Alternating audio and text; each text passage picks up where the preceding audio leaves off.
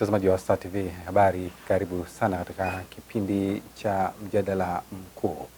Na kwa siku ya leo ndani ya mjadala mkuu tunaangalia nafasi ya blog katika kuimarisha umoja wa kitaifa. Mimi ni Athmani Mihula, hapa studioni naye Beda Msimbe. Huyu ni mwenyekiti wa Tanzania Bloggers Network TBN. Yupo hapa katika mjadala mkuu kuangalia namna gani hizi blog zinaimarisha umoja wa kitaifa, kwa sababu ndio majukwaa haya ya kidijitali. Je, yanaimarisha ama yanavunja ama yanafanyaje? Basi Beda hapa atatusaidia kwa ukaribu na kutueleza kwa kina sana. Mimi nikusihi uambatane nami mpaka tamati ya kipindi hiki kufahamu mengi zaidi yatajiri hapa siku ya leo. Beda, habari yako? Njema tu kaka. Kwema? Kwema. Naendeleaje? Sisi tuko salama, sisi na nyie jukumu lenu la kuwapasha habari watu. Sisi tunaendelea kuchapa kazi. Naendelea. Kazi endelee. Na hakika kazi endelee. Vipi TBN huko mnaendeleaje? Sisi tuko salama. Tuko salama kwa maana kwamba tunatimiza majukumu yetu na mpaka sasa hivi hatuna yani hatuna doa.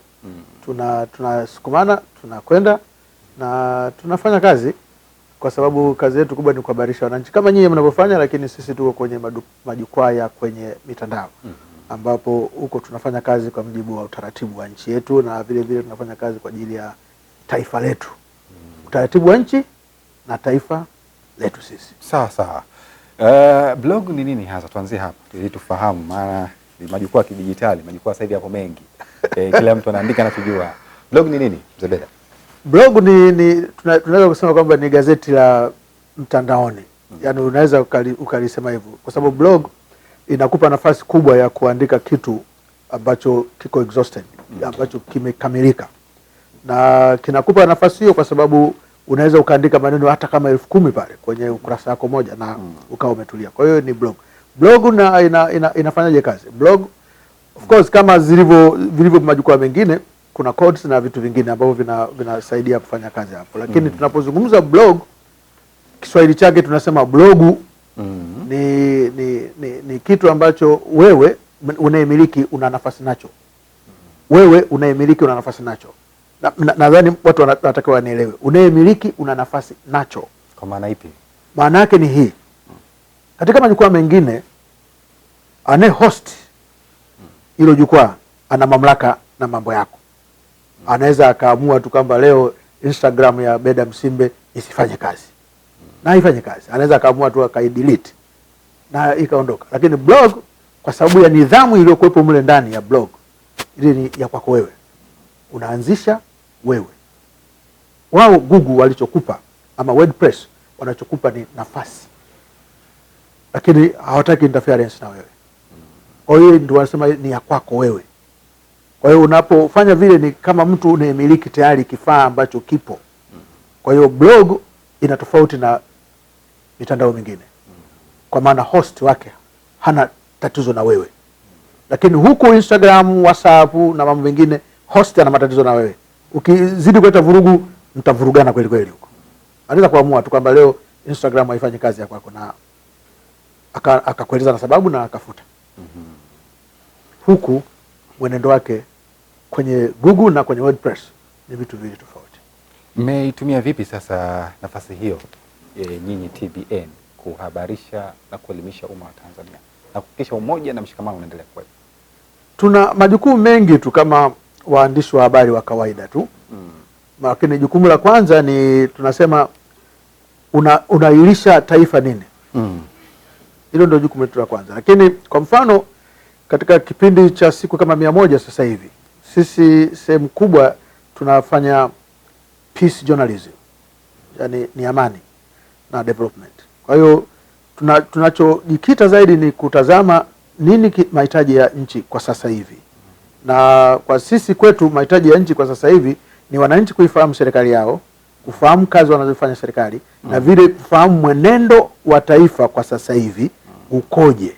Na je, tunakwenda katika njia iliyo sahihi ama tunatoka. Kwa hiyo utaona namna ya kupresent facts zetu ni facts ambazo ziko za kweli na tunazitumia kufanya usahihi kwa jinsi inavyowezekana. Sasa Tunaposema peace journalism ama development journalism kwa pande zote mbili, ni kwamba na sisi hatuendi kinyume na sheria za nchi hii, kwa sababu kumbuka kwamba kuna utaratibu wa kutawala, kuna utaratibu wa kwetu wenyewe na tuna utamaduni wa kwetu wenyewe. Kwa hiyo tuna sheria na tumeambiwa wanachama wetu kwamba sheria zipo na lazima zifuatwe, na sehemu kubwa ni kama unataka kufanya constructive argument ni lazima utazame kifungu 52 cha sheria yetu ya kupashana habari, mambo ya namna hiyo, ili wewe ujue kwa nini wewe unawajibika. Kwa sababu sisi tunasema kwamba algorithm ya blog ambayo ndio inasomwa kwenye akili unde ni lazima iwe na positive image ya Tanzania, kwa sababu huko nje kwa muda mrefu tumekuwa na negative image. Kwa sisi kazi yetu kubwa ni just to portray nchi yetu ikoje. Je, ni kweli wanachosema? Sisi tunataka amani kama kisiwa cha amani, na tunataka maendeleo kama binadamu yote mwingine, na tunahojiana kama binadamu yote mwingine. Lakini hii kuhojiana sio maana yake kwamba twende kinyume. Yaani lazima kuwe na ustaarabu mahali fulani, kuwe na staa mahali fulani. Hii ndio tunaoita sisi wanachama wetu, tunawaambia kwamba staa na ustaarabu wa Kitanzania lazima uwepo katika hoja unaoipeleka kwa umma. Tumekuwa tumeona mabadiliko kadhaa katika tasnia ya habari yamepitia, ikiwemo kutoka kwenye magazeti mpaka sasa hivi kuja kwenye blog, magazeti ya karatasi yale mmesema hapa, lakini sasa hivi tupo kwenye blog na kuna mitandao ya kijamii. Je, unadhani blog zina nguvu kiasi gani kutengeneza mijadala ya kijamii ama kuamua nini kijadiliwe? Blog ina nafasi hiyo? Nafasi ipo. Kwa mfano tuchukulie sisi hapa TBN hatuna wanachama wa aina moja. Yaani ina maana kwamba kuna wanachama wanaendesha habari kabisa, yaani wana newsroom na wana vitu vingine, na mmoja hapo mwanachama wetu ni Michuzi. Unaona kwamba ana blogs, ana TV, ana kila kitu, ana newsroom compact. Lakini vile vile tuna wanachama wetu wengine wana newsroom za aina yao. Afya, mtu kama Veronica yuko juu sana na ameshapata mpaka tuzo za duniani hapa kwa sababu ya uandishi wa afya. Yeye anaandika afya tu. Na kwa hiyo newsroom yake yeye inadili na afya tu. Kwa hiyo ina maana kwamba kama mtu wa kwetu huko ameweza kupata hata mpaka tuzo, maana yake na sisi tuna set agenda. Yaani kama blog inaeleweka, ni kama gazeti tu la kawaida. Kwamba unapotengeneza hoja inakuwepo pale, na mtu mwingine anaweza akaitazama ile hoja na akaitanua kutoka pale alipo. Kwa hiyo sisi tunajivunia hiyo kwamba tuna wanachama capable wa kuanzisha hoja na hoja ikafuatiliwa vizuri tu. Na kwa nini inafuatiliwa? Inafuatiliwa kwa sababu ni sehemu ya kupasha habari na ni sehemu ya kufanya research. Uzuri wa blog ni kwamba una nafasi ya kuandika mpaka research papers pale na usiwe na matatizo, mradi tu unafuata taratibu za kawaida. Kama unaandika research, maana yake taratibu za kawaida za research utazifanya. Kama ulikuwa unakariri mtu, utasema hii kazi imetoka sehemu fulani. Kwa hiyo mtu ataijadili. Kwa kwetu sisi, mimi naona kimsingi ni kwamba tuna blog ina nafasi kubwa sana ya kuanzisha mijadala na watu wakaifuatilia. Ni swala tu la kwamba mtu unasoma blog gani. Ni muhimu sana unasoma blog gani. Lakini sisi TBN hatuna udaku. Tumesema kabisa kwamba mwanachama wa TBN ni lazima afuate utaratibu wote wa uendeshaji wa blog. Lakini sio sensationalism. Mambo ya udaku na kutokuwa na uhakika na news kwa sababu tu wewe unataka tu upate likes za kutosha, hapana. Tuna jukumu katika dunia yetu ya kutengeneza nchi yetu hii, ya kutengeneza taifa letu. Kama tuna majukumu hayo, maana yake kwamba na sisi wenyewe lazima tuwe na utaratibu. Na sisi utaratibu tunao. Tuna nidhamu mle ndani, tuna watu wengi tu na watu wana control. Tunaposema control, kudhibiti, maana yake sio kudhibiti habari. Tunadhibiti mwenendo wa mtengenezaji wa habari. Hatutaki udaku. Tumeshakubaliana. Hatutaki udaku ndani. Tunataka tutengeneze taifa. Maana yake nini?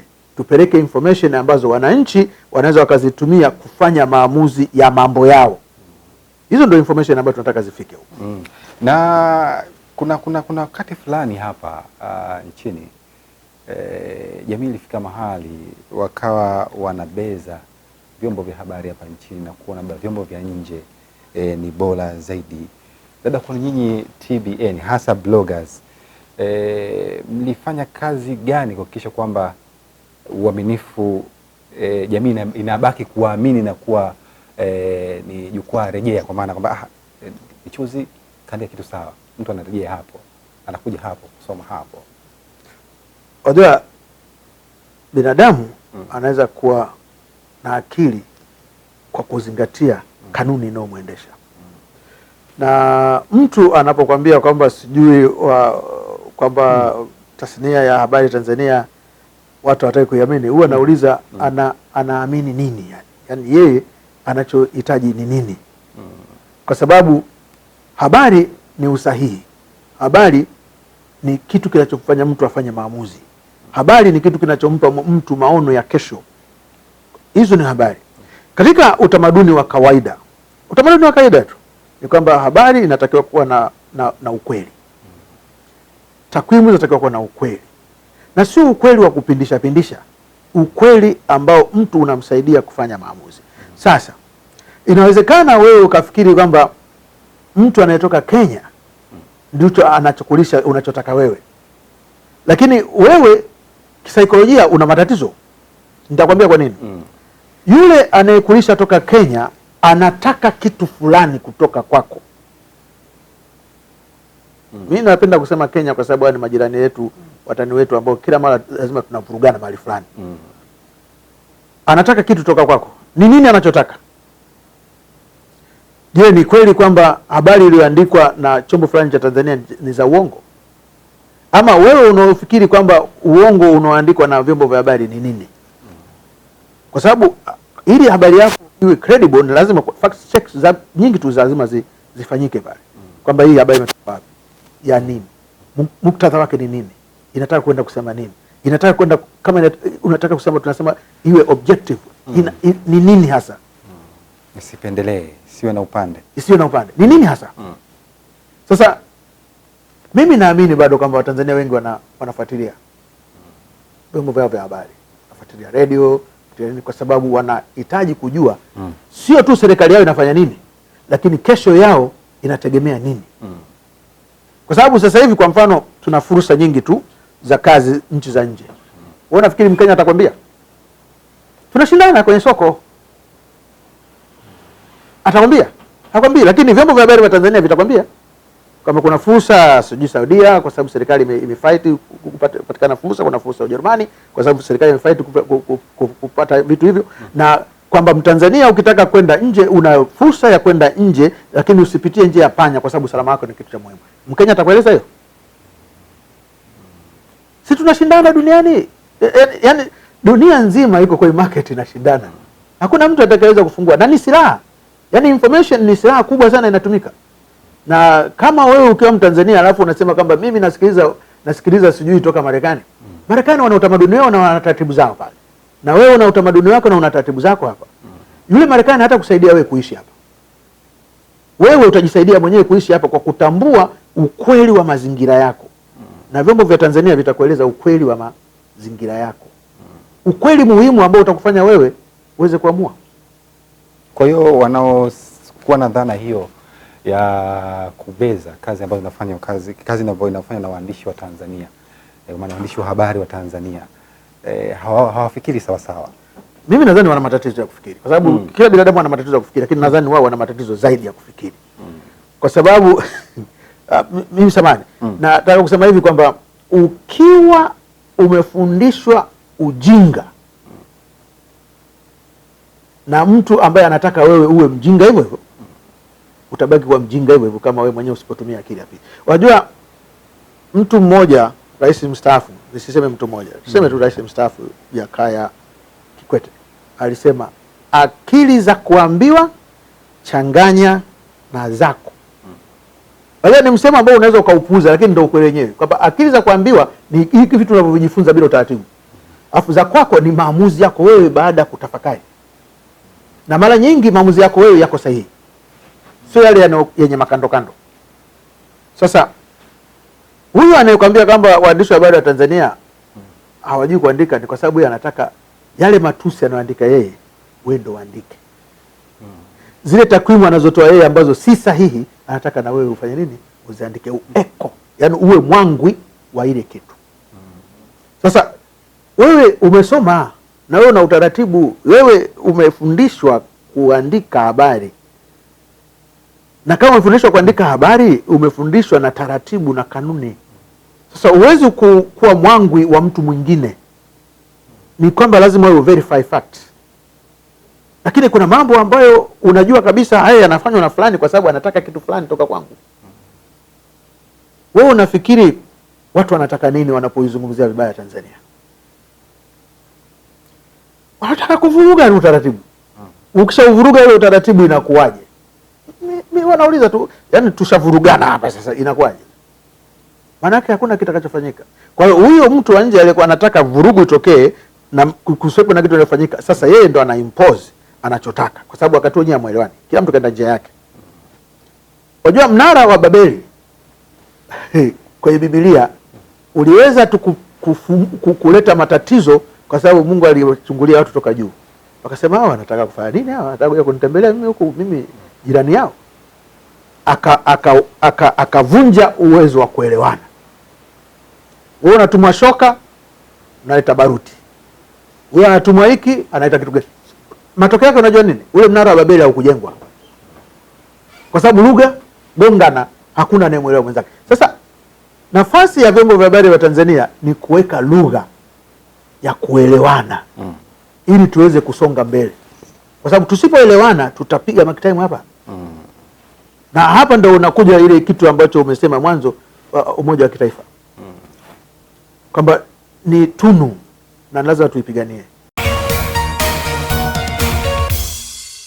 Nataka nifahamu blog nyinyi mnafanya nini sasa kuhakikisha kwamba huu umoja wa kitaifa unakuwepo, kwa sababu tumeona hata Mheshimiwa Rais Daktari Samia Suluhu Hassan wakati mara kadhaa alipozindua bunge la 13, lakini alipotoa salamu wakati tunauaga mwaka 2025 na kukaribisha mwaka mpya 2026, alitoa salamu za mwaka nyingi sana, lakini mmoja wapo akasema serikali ipo katika hatua za kutengeneza tume ya maridhiano ili kuhakikisha kwamba Watanzania tunakuwa wamoja. Amani tulikuwa nayo, mshikamano hauvurugiki. Blog nasimamiaje hilo kuhakikisha kwamba hili linafahamika kwa Watanzania na Watanzania wanalielewa na kulifanyia kazi? Sisi tuna program huwa hatuzungumzi sana. Tunataka zile effects zetu zionekane tu. Nitakwambia kwamba tuna program kwa sababu tuna watu wako dedicated mle ndani ya kuandika habari za maendeleo. Ni serikali inafanya nini, watu wanahoji kitu gani, na nini umuhimu wa amani na nini umuhimu wa ushirikiano.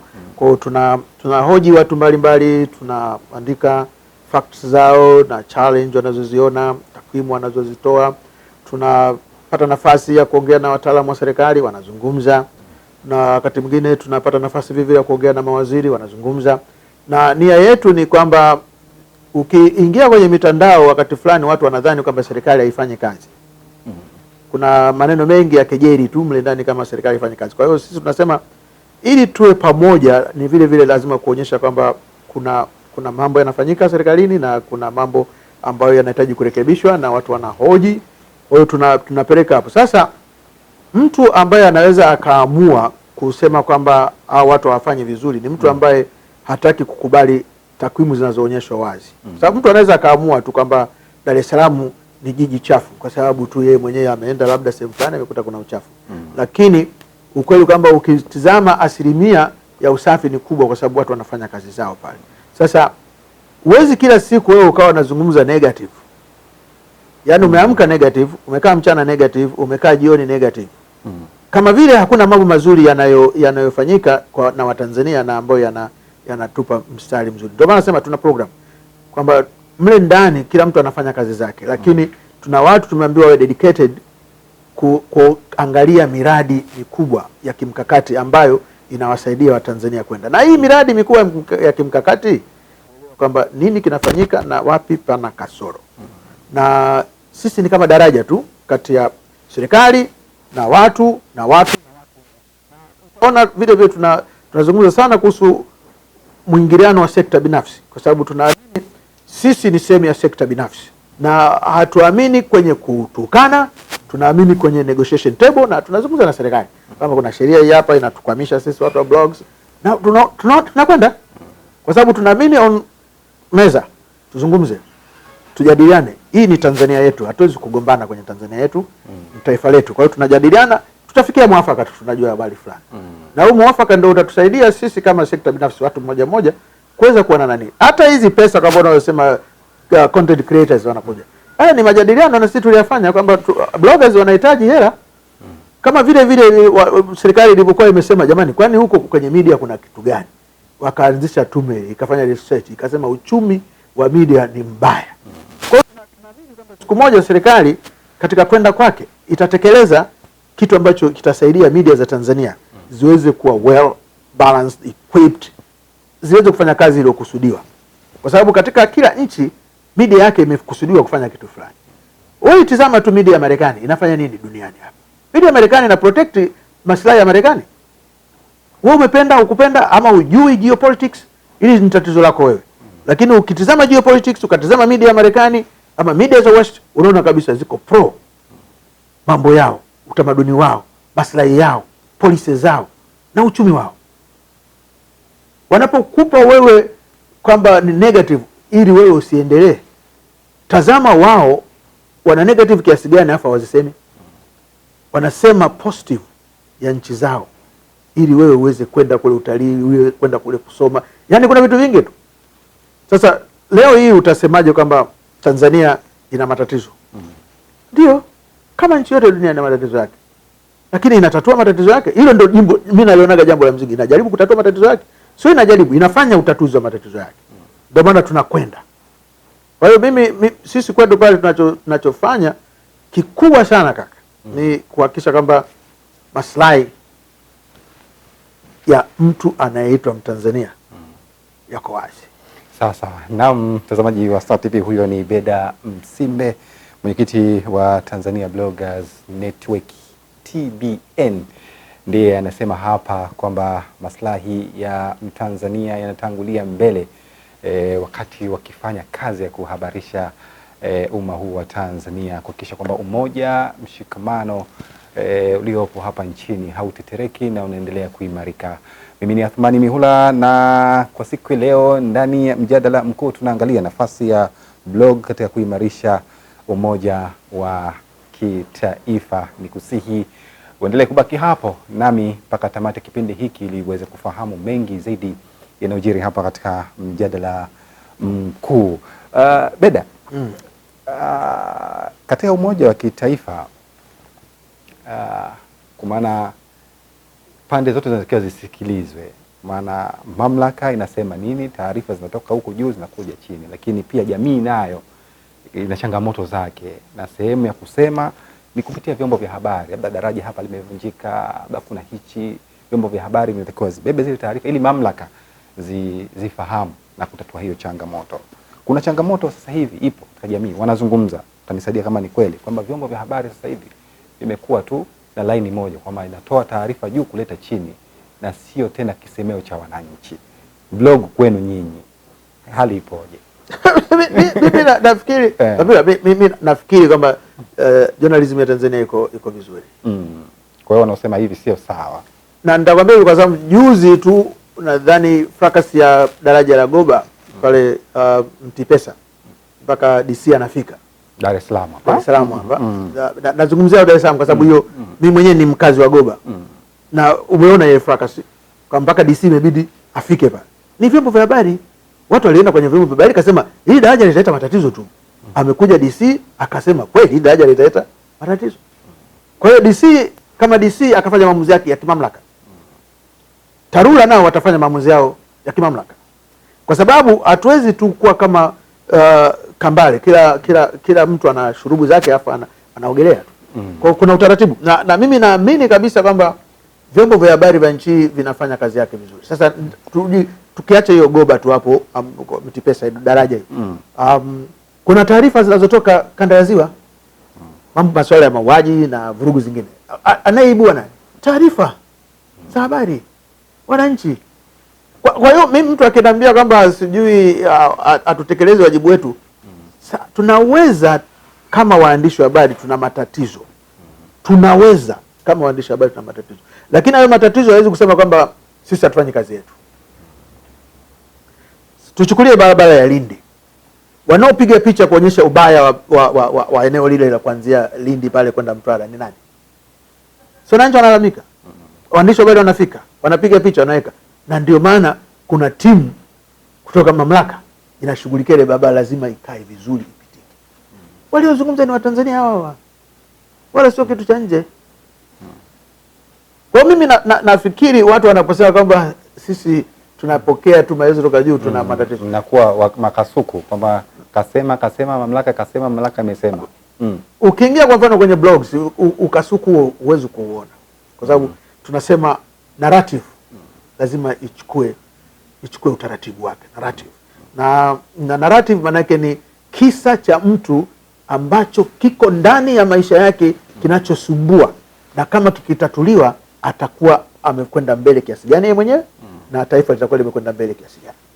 Uchumi wa sasa hivi wa nyumbani kwetu hapa unategemea wakulima. Madaraja yakibomoka, wakulima watafanya nini? Barabara zikiharibika, wakulima watapata shida gani? Je, tukimwambia mtu kwamba tuna ardhi eka 5,000 Ifakara na hakuna uwezekano wa kuwa na barabara, unafikiri kuna mwekezaji ataenda kulima pale? Hawezi. Lakini utaona tunaandika kwamba kwenye miradi tunaandika, kwa sababu unatakiwa utofautishe vile vile hard news na vitu vingine vinavyoita makala.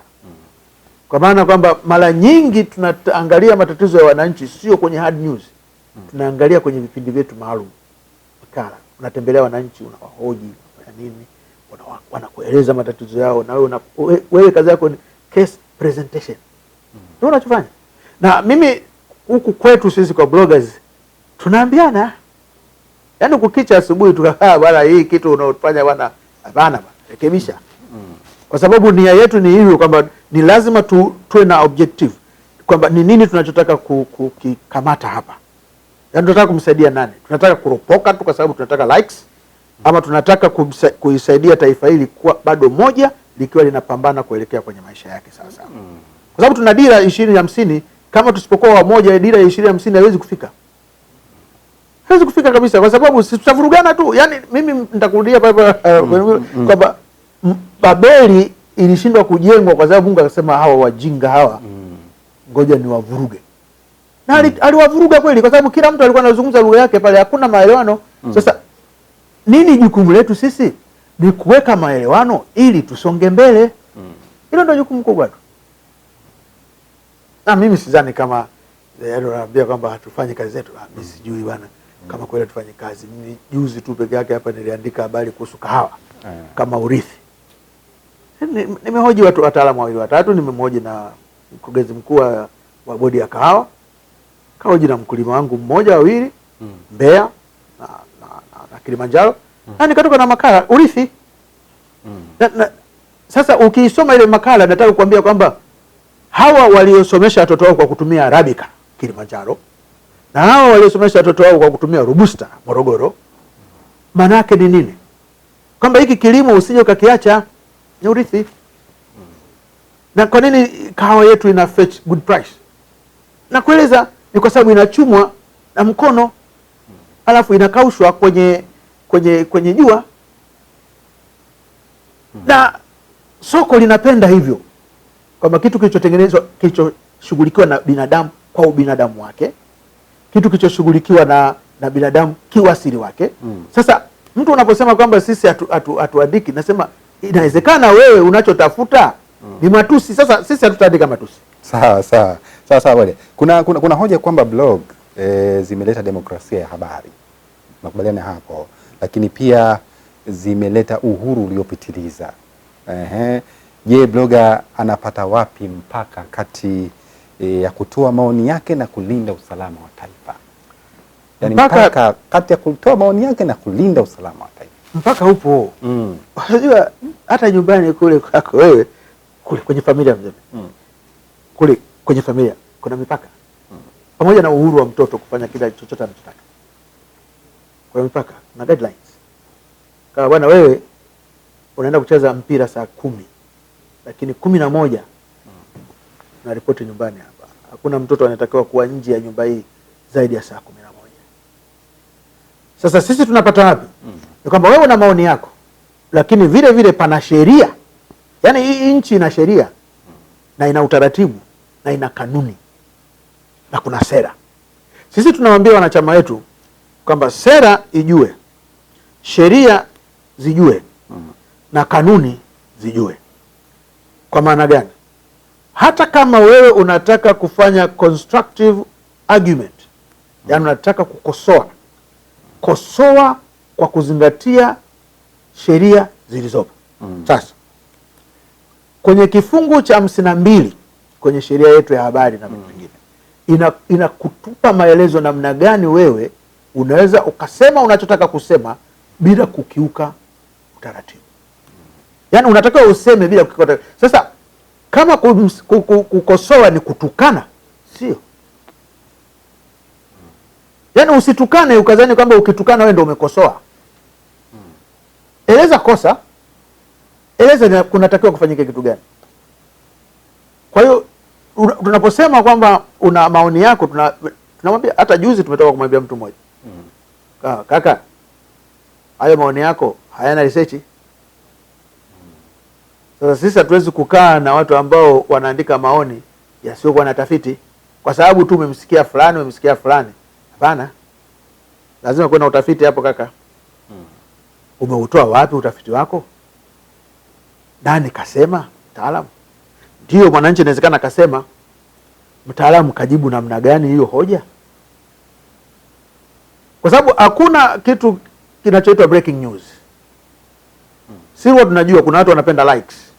Kwa wataweka matusi, wataweka controversy, watafanya nini kwa sababu wanataka zile likes. Sisi tumesema hapa ulipo wewe fanya kazi yako ya uandishi wa habari, sio likes. Kazi ya uandishi wa habari na misingi yake na mipaka yake na sheria zake. Sasa kwa mfano unakwenda mahali unatoa taarifa ambayo kabisa unahatarisha usalama wa taifa hili. Kwa nini wewe usibanwe na sheria ya usalama ya mwaka 1971? Mimi nilikuwa sijui. Nani alikwambia unafanya kazi ya kuandika habari hujui sheria za nchi hii? Kwa sababu sheria na utaratibu ndio zinafanya watu wakae wafanye kazi, tusigombane. Sasa leo hii unatoka unatukana, unaandika namba za simu za watu nini. Umesahau kwamba kuna sheria ya faragha.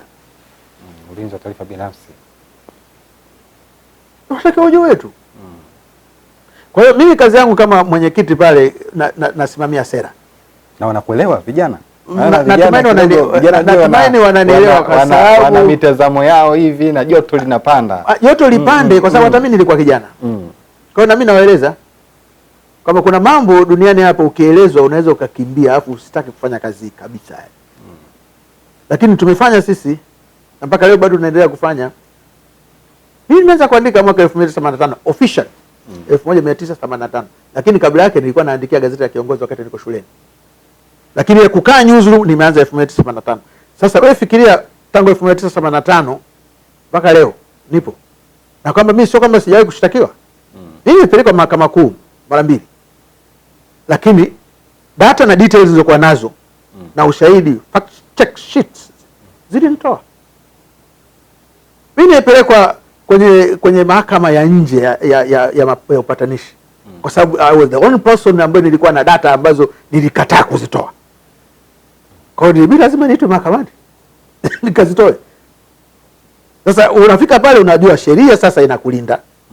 Na amri ya mahakama ni kwamba uzitoe. Nilizitoa. Walimalizaje hiyo kesi? Mimi sijawahi kuitwa nikaambiwa kesi mazika. Maana yangu nini nachotaka kukwambia bro? Ni kwamba katika kila taratibu ya kazi za watu kuna sheria na kanuni. Na mimi napendelea sana kuambia wa vijana kwamba kuna kitu duniani kinaitwa social ethics. Yaani lazima utambue utamaduni wa kwenu, utambue taratibu zenu na utambue namna gani mnasemana. Uwezo kutukana. Lakini katika hapo katika kulinda usalama wa taifa, kwa maana namna gani mwana blog anaweza kutofautisha kati ya maoni yake na uhuru. Inawezekana nikamchafua mtu, nikambagaza kweli, nikafanya vitu vya hovyo kabisa. Namna gani mnalidhibiti hili? ili umoja wa kitaifa uwepo na heshima ya mtu inalindwa. Unajua wewe kuwa mwandishi wa habari na kutumia lile jukwaa lako binafsi haimaanishi kwamba wewe uanze kutukana watu, kwa sababu kama utaacha zile filter zote ziko on, watu watoe comment zao, mtu anatukanwa dhahiri pale, afu wewe ukaendelea ile filter kuiacha vile, wewe una matatizo ya akili kabisa. Hivi ungelikuwa wewe ndio unatukanwa pale ingekuwaje? Ama tuchukue babako ndo anatukanwa, yani babako. Unajua mimi nilipokuwa mdogo, yani ulikuwa usimtaje babangu wala mamangu. Yani tunagombana pale pale kwa sababu hawana uhusiano wowote pale tunachozungumza pale. Tunakorofishana sisi, hawatakiwi wazazi wangu. Kwa hiyo mimi nafikiri kwamba tulichoambia sisi watu wetu, sio nafikiri tulichoambia ni kwamba wewe kazi yako ni kama umeamua kufungua maoni, kwa sababu unaweza ukaamua kufunga, yani wewe una publish ufunga maoni kama wewe soma taarifa hiyo, umeridhika sawa, ukuridhika endelea na safari yako nyingine. Lakini kuna wakati unahitaji maoni, unafungua kama hii story nadhani inahitaji maoni kwa sababu nataka kuidevelop. Kwa hiyo unaifungua ile, inakuja na maoni yake, sawa. Baadaye unatazama maoni gani yana nidhamu, yanastahili kuendelea kukaa pale ili watu wafanye kazi, na maoni gani hayana nidhamu, kwa sababu wewe ndio engineer wa ile kitu. Hakuna mtu mwingine atakayetoka huko akawa na access ya wewe kurekebisha kosa ambalo liko mle ndani. Ni wewe mwenyewe. Yule mtu kaamua tu, bangi zake zimepanda kichwani, amekula mirungi, shisha nyingi, anatukana. Alafu wewe mwenyewe uliandika pale, ukianza kujiuliza ana sababu gani ya kutukana? Lakini alafu kwani angeandika lugha nzuri tu ya kusema hapana, sio mimi nafikiri hili tatizo kwa sababu 1, 2, 3, hapa mtu fulani hakufanya kazi yake, huyu hapa sijui kafanya nini, ukazungumza. Unafikiri mimi nitafilter yale maandishi? Siwezi kufilter, kwa sababu unasema exactly hiyo story niliyoandika mimi, hiyo makala niliyoandika mimi ina kasoro hizi, kwamba kuna watu hawakufanya kazi zao. Kwa hiyo tunasemaje? Mimi nawaambia pale, mimi kama mtunza sera hapa, ni kama kamati ya nidhamu itakapoona inafaa kukuadhibu wewe kwa kufuta wanachama, kukuadhibu wewe kwa kuondoa, tunaitaga saa 24 nje ya jukwaa, ni kwamba wameridhika ulichofanya ni kinyume na taratibu na kanuni za uandishi wa habari. Kwa sababu kuna taratibu na kanuni, unakwenda kinyume utachukuliwa hatua. Unakwenda kinyume na research, umefanya paradise, umechukua research ya mtu kaigeuza ya kwako, nao vile vile tutakupa adhabu. Kwa hiyo lazima uelewe kwamba kanuni zinazoendesha dunia, zinazoendesha nchi ndizo ambazo na wewe tutataka uzizingatie. Usiingilie faragha ya mtu, na faragha ya mtu inajulikana kwa waandishi wa habari. Na tunakwambia usihatarisha usalama wa taifa, na hatari ya usalama wa taifa kwa waandishi wa habari wanajua, kwa sababu ni vitu ambavyo wamevisoma. Kwa wale ambao wameanzisha blog bila kunani, bila kuwa waandishi wa habari, tunawaambia tu kanuni zinasema hivi, alafu ni universal, sio kanuni ya mtu mmoja. Kwa hiyo mimi nafikiri kaka kwamba ukiwa na maoni ya kwako mwenyewe binafsi, well researched, ndio tunachotaka kuzungumza hapa. Well researched, yani imefanyiwa utafiti wa kina, na ukaweka box lako pale, Beda Msimbe Reflections, na nikakupa data pale, naandika nini, hiyo mimi na hapa kazi wanazuoni na serikali. Kama mimi nilichoandika hiki hapa, kama mnaona hakina maana basi. Lakini mimi sasa, Beda Msimbe Reflections sio Lukwangule blog. That's my reflections. Hiyo Lukwangule ni jukwaa linalojitegemea. Yaani kama hivi unapokuwa uko hapa Star TV hapa, kuna mambo mengine ni commentary ya kwako, lakini na commentary unatukana mtu, unaeleza tu perspective yako ambayo unadhani inaweza ikawasaidia Watanzania kuendelea mbele. Kwa hiyo unaweka tu box lako pale, ni column yangu na mimi ninayo, kwa mfano Beda Msimbe Reflections, it is me. Yani kuna wakati kama wewe una reflect issues mbalimbali, ama za waandishi wa habari, ama kwenye barabara unaona kwamba kinachofanya na serikali barabarani hapana, wakinani, unatoa na reasons zako, physical policies zikoje, unatoa na reasons zako, kwa sababu hiyo ndio nafasi ambayo mtu unatakiwa kuitumia kutoa reasons na kusuggest the way forward. Sasa uwezi uka-attack fiscal policy za nchi hii kama wewe mwenyewe you are not confident na fiscal policy tu. Kwa hiyo ina maana kwamba ili ujue nini unachotaka kuzungumza utabidi uende BOT, ili ujue nini unachotaka kuzungumza utabidi wataalamu wa hazina, ili ujue bill zilifanywaje. Fanya hivi. Kwa mfano sasa tuna kazi kubwa tu sasa hivi, budget. Na kazi yetu kubwa sio kusema tu kwamba waziri mkuu kasema kitu gani, ni kwamba ni nini athari ya hotuba ya waziri mkuu kwa Watanzania. Sawa, sasa hivi tupo katika ulimwengu wa fake news. Habari za uongo, habari za uzushi.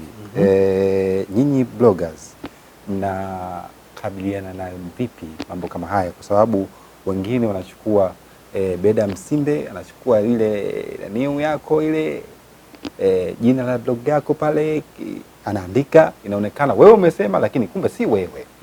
Na hili wengine wale maadui ambao wanataka kuharibu umoja wa kitaifa wanatumia sasa, Beda Msimbe kasema hivi na hivi. Mnakabiliana nalo vipi? Mnadhibiti vipi hili? Moja ni kwamba hii hali ya kukabiliana na haya mazingira sasa hivi ni ongoing, tunasema process. Na tumewaambia wataalamu kwamba watusaidie kila mara. Tools mpya zinapotokea watueleze, na vile vile tumeomba toka TCRA na nadhani wataifanyia kazi mafunzo fulani ambayo ya fact checking. Na wameshatupa mara 2, lakini ni vitu vinavyobadilika faster sana kwenye technology. Yaani hizi habari za uzushi nini fake, deep fake nini vinabadilika sana katika kipindi kifupi sana. Kwa hiyo kila mara tunatakiwa tuwe na mazoezi. Sasa the best way ambayo mwandishi wetu wa habari anaambiwa ni kwamba if you are not sure, kama huna uhakika acha. Hiyo ndo tunaita basic yake. Yaani huna uhakika acha, una uhakika verify. Tools zipo za kuthibitisha kama hiki kitu ni sahihi ama sio sahihi. Hiki kitu ni cha AI ama hiki kitu kuna mtu katumia AI akadanganya. Kwa sababu huu udanganyifu haupo tu Tanzania. Huu udanganyifu upo dunia nzima yani. Nadhani unakumbuka wakati ule Marekani, tatizo la rais wa Marekani vile. Watu wanasema sauti yake kabisa hii. Lakini hakuwa yeye, na picha zake zile unachukua muda sana kugundua details zinazokuambia kwamba huyu sio Biden. Kwa hiyo moja ya kazi ambayo sasa hivi ni ngumu kweli kweli ni fact checking. Kwenye blogs ni fact checking, kwa sababu you miss it, umekosea, umeleta vurugu. Hata hizi vita vya Iran hivi sasa hivi vinavyokwenda. Mimi naambia kwani uangalifu sana kuripoti vita ya Iran, kwa sababu kuna AI generation kubwa na hakuna mtu anayekwambia kwamba hii ni AI generation. Alafu iko so clean kiasi kwamba unatakiwa kuwa mwangalifu zaidi kuweza kugundua kwamba hii ngoma hii imetengenezwa sio. Kwa hiyo tunasema tools zipo na kila siku mambo yanabadilika. Yaani moja ya tool ambayo ninapenda sana watu waitumie ni Jamii Check. Unawatumia wale jamaa. Baada muda wanakuletea. Nakwambia ama unamtumia nukta. Anakwambia hapo ndo yani wewe umeshindwa kuelewa kitu chochote unapeleka Jamii Check, umeshindwa kuelewa kitu chochote unapeleka nukta. Lakini hao Jamii Check na nukta ndo wanaotufundisha sisi tools mpya. Sasa hili ni elimu ambayo kila mara inatakiwa itolewe. Kila mara itolewe. Namna ya kufanya fact check katika dunia ya teknolojia ambayo deep fake inatembea sana. Kwa hiyo nataka kuambia kwamba sio rahisi. Bado mnapambana. Tunapambana, sio rahisi. Usitumie. Mshawahi kuingia kwenye mtego wa namna hiyo? Nyinyi bloggers. Bloggers wanaingia kwenye mtego kila mara. Ila sasa hivi nadhani tuko much more smarter kuliko zamani. tuna mtu ambaye anajua hasa tools hizi kwenye mambo yetu, anaitwa Malunde. Blogger moja yuko katikati hapo na anatumika vile vile kufundisha watu wengine kanda ya Ziwa na maeneo mbalimbali. Hata watu wa MISA wanamtumiaga, nimeona hata UTPC hivi karibuni walimtumia vile vile kufundisha watu wengine tools. Check. Najua ni somo la pekee yake kabisa. Ndio. Na mara nyingi watu wa blog wanatakiwa wafanye hivyo, kwa sababu blog unapoweka information pale akili unde ndio inatengeneza algorithm yake. Kwa sababu akili unde inatengeneza algorithm kutoka kwenye blogs na websites. Haiendi huko kwenye Instagram wala kwenye Facebook wala kitu chochote. Kwa hiyo huwa tuna insist kwamba blog lazima iwe imetulia. Kwa sababu ni reflections za kwetu kimataifa. Unaweza wewe hapa usilione hilo. Lakini siku moja ukiwa huko London ukasema naomba nipatie habari kuhusu Tanzania, ukakuta tu zile habari zinakuwa nyingi, zinamiminika, kwa sababu kwanza tunailazimisha ijue Kiswahili, kwa sababu lazima ifilter huko kwenye Kiswahili. Kwa tunaongeza tunasema tunaiongezea algorithm ya kutambua utamaduni wa Kiswahili, kwa sababu machine ile ni machine tu. Jinsi unavyoifeed ndivyo yenyewe inavyojitengeneza uwezo wa kuchanganua mambo. Na kwa muda mrefu nchi hii hatukufeed machine. Kwa maana ukitafuta Nyerere kwenye mtandao unaweza ukakuta dikteta kila mahali. Kwa sababu sisi hatujamfeed Nyerere wa kwetu sisi ambaye tunajua ametutawala hapa. Hiyo ndio tatizo kubwa sana. Lakini ukienda kwa majirani zetu wako vizuri kweli kwenye space. Mambo yao ya Kenya, njoo mlima Kilimanjaro na nini, mwisho wake mpaka unaonekana, yaani ukisoma vurugu zile unaweza kuzania mlima Kilimanjaro huko Kenya. Lakini wenzetu wana style yao ya kuweka vitu vile. Na wanaitumia vizuri tu. Na serikali inawasaidia kutumia vizuri tu. Sasa na sisi ndio hapa, ndio maana hata mimi kwenye sera nasema kwamba serikali inatakiwa iwawezeshe hawa bloggers wawe wengi, wa feed information, kwa sababu lazima wawe kwenye culture ya Tanzania. Maana yake algorithm ya AI is tusome na sisi katika space yetu. Kwa hiyo utakuta sasa taarifa hii ikiwa mbaya, ukiwa na taarifa 3 nzuri, maana yake una counter hii. Na tusipofanya hivyo tukasema Instagram ndio inakwenda. Instagram inakwenda kwa sababu ni jukwaa la matangazo. Lakini huku ni research based.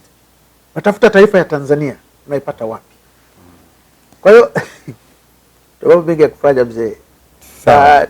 Mambo mengi ya kufanya ni pamoja na mambo tuyapeleka serikalini kuambia kwamba ili tuwe na blogging system nzuri kama dunia nyingine inavyofanya, ni kwamba lazima kitu fulani kiondolewe, kitu fulani tuna suggest.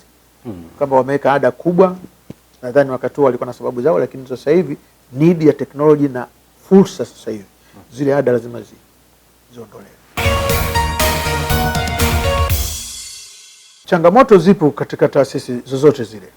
Na sisi kwetu tunasema kwamba we wish sasa hivi, yani kwa mfano kwamba bloggers wetu wote 200 wa operate, ambao ni wanachama 200 wa operate, lakini tuwe na bloggers wengine wanaoingia kuanzisha blog. Maana yake nini? Tukiwa na bloggers wanaingia kuanzisha blog, maana yake tunatarajia mtu anayesoma Mbeya, tunatarajia mtu aliyeko Rukwa na cover Rukwa development, mambo mbalimbali, usawa wa jamii na vitu vingine. Kwa hiyo tunaijaza AI na taarifa sahihi za Tanzania na operations zake mkoa kwa mkoa. Kwa hiyo sasa unawezaje kufanya hivi? Unaweza kufanya hivi kwa kuwa na taratibu. Kwa sababu hata wenzetu hapo majirani wamekuwa na utaratibu. Ndio maana wameweza kufanya hivi. Na sisi tumesema kwamba utaratibu kwanza tuondoe hizi ada. Kwa sababu zinatuletea changamoto kwamba filter yetu tunaitumia ile ambayo waliosajiliwa, waliofanya nini. Kwa sababu wengine wanaogopa, wanabaki kwenye ile naita njia yao. Kwa sababu kuna taratibu mbalimbali kwenye blogging ambazo zina moja, ukitaka kuwa na wa habari ndo unakuwa na tatizo la fee. mtu wa habari, fee ni kubwa. Lakini yule mtu anaanzisha blog mambo ya kawaida tu, labda anaandika mambo yake ya michezo na nini, wanamwacha kwa sababu kuna taratibu fulani ziko pale. Lakini sasa tunasema hivi, ondoa kabisa hii fee ili kila mmoja aweze kufanya kazi yake kwa amani. Maana yake nini?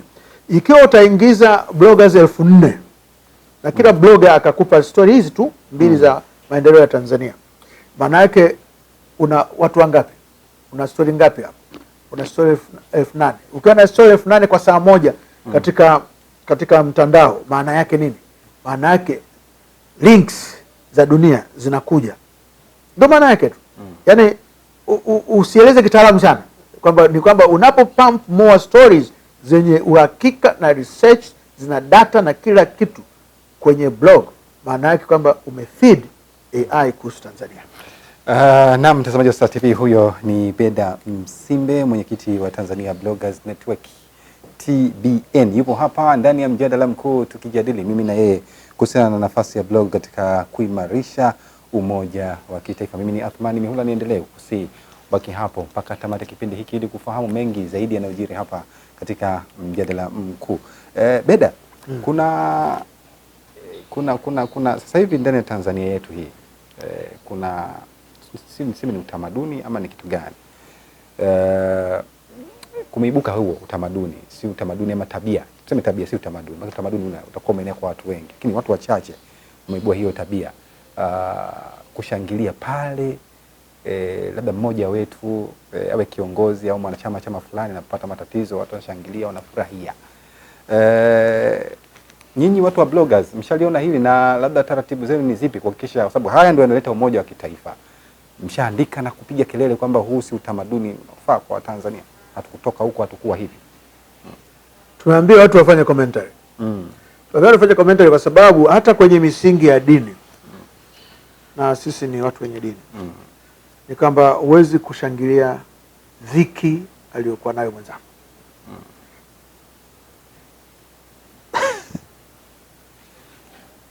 Dhiki aliyokuwa nayo mwenzako na wewe itakukuta. Kwa sababu ubaya wa kaburi ni kwamba kila aliyezaliwa na mwanamke ataingia kaburini. Na kama kila aliyezaliwa mwanamke ataingia kaburini, maana yake ni rahisi sana. Rahisi kabisa kwamba na wewe kuna mtu atalia kwa sababu umeingia kaburini. Na utamaduni wa binadamu ni kutoshangilia dhiki ya mtu mwingine. Iwe Ulaya, imeishi huko, hawajawahi kushangilia dhiki ya mtu mwingine. Ila kuna watu wanajigeuza hamnazo, wanajiita wanaharakati hamnazo. Wao wanatafuta kiki kwa kushangilia dhiki ya watu wengine. Hili naomba Mwenyezi Mungu tu atusaidie. Mshaandika, kuna haja ya kuandika nyinyi? Ni commentary, uwezo kaziandika kama upate official statements kutoka kwa wataalamu wa psychology. Lakini sisi tumeshaandika, na nadhani hata jana tulipitisha kitu kwenye blog. Mwana saikolojia mmoja anazungumza kwamba usishangilie dhiki ya mtu mwingine. Sasa kwa nini tunatumia wataalamu wa saikolojia? Kwa sababu tunaamini wale wanaozungumza kushangilia dhiki, wanaimba miziki ya watu kushangilia watu wamekufa, wafanya nini, ni wana matatizo ya akili. Kwa sababu mtu mwenye akili timamu atamshukuru Mwenyezi Mungu na ataendelea na shughuli zake. Kwa sasa nani atasema utamfuata waziri wa kazi? Huwezi. Wewe unamtafuta mtaalamu wa psychology, kwa sababu kuna tatizo kwenye ubongo wa mtu. Atuambie tufanyeje ili tatizo hili lisiwe sehemu ya utamaduni wetu. Ndio yanayotakiwa sasa kufunzwa. Sawa, tunamaliza hiki mjadala wetu. Naambia nini wana TBN sasa? Kwa nafasi ya kuzungumza nao. Mimi ningesema mawili labda. Moja ni kwamba wana TBN tunajua wajibu wetu ni nini. Kwa hiyo tufanye wajibu wetu. Lakini la pili, ningeliambia serikali isaidie watu ili taifa hili liweze kusomwa vizuri kwenye ramani ya dunia. Na ramani ya dunia iko kwenye akili unde. Hatuwezi kujidai matumizi ya akili unde kama sisi wenyewe hatuifeed akili unde. Kwa sababu akili unde inachakata taarifa ambazo sisi tunafeed. Sasa ni ama tuna feed taarifa nzuri kwa ajili ya nchi yetu, ama tunawaachia watu wengine wa feed taarifa hizo ambazo mimi naamini sio nzuri, sababu watataka sisi tuwe na matatizo. Kwa hiyo nina mambo mawili: moja, TBN wanachama tuendelee, na watu wengine wanaotaka kujiunga na TBN wa search tu Tanzania Bloggers Network website, pale watapata maelekezo yote mle ndani namna ya kujiunga. Na kutengeneza blog ni wewe kukaa tu within 1 hour na blog nzuri tu. Utafata kanuni za blogging za Google ama kwenye WordPress, kanuni zao ziko pale, utazisoma, kiafiki unaendelea na ile kazi, unafungua gazeti lako la kwako mwenyewe.